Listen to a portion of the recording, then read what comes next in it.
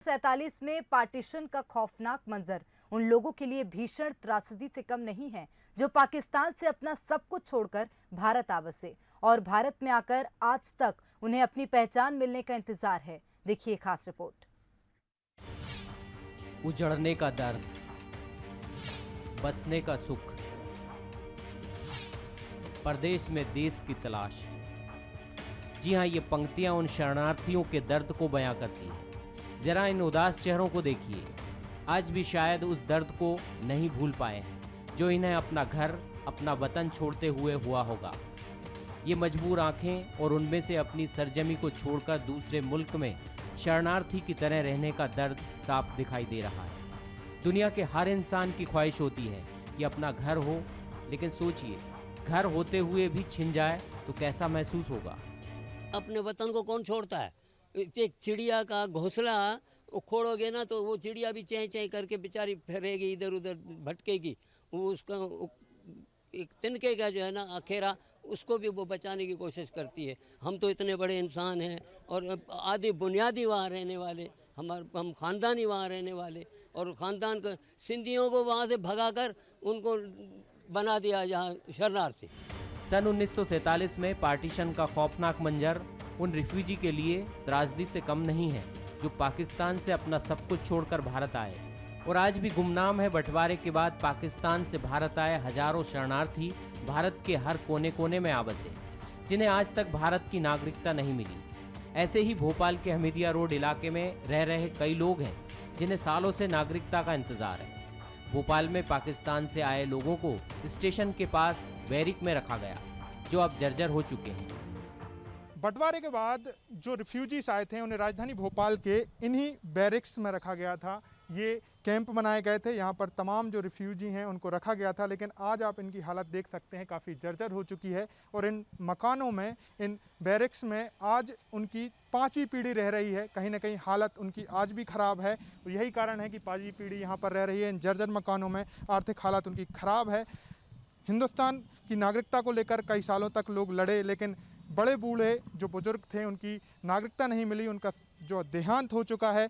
उनके बच्चे आज यहाँ पर रह रहे हैं, और करीब 60 साल की उम्र के लोग हैं जिनका यहीं पर जो जन्म हुआ और आज यहीं पर रह रहे हैं।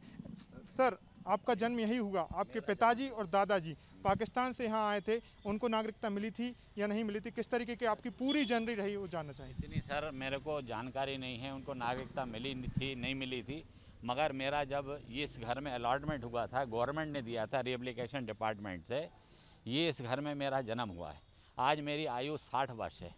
10 बार ये बैरिकों ये गवर्नमेंट ने दी थी हम लोगों को रहने के लिए। हम लोग नीचे ही रह रहे हैं, ये नीचे ही रह रहे हैं।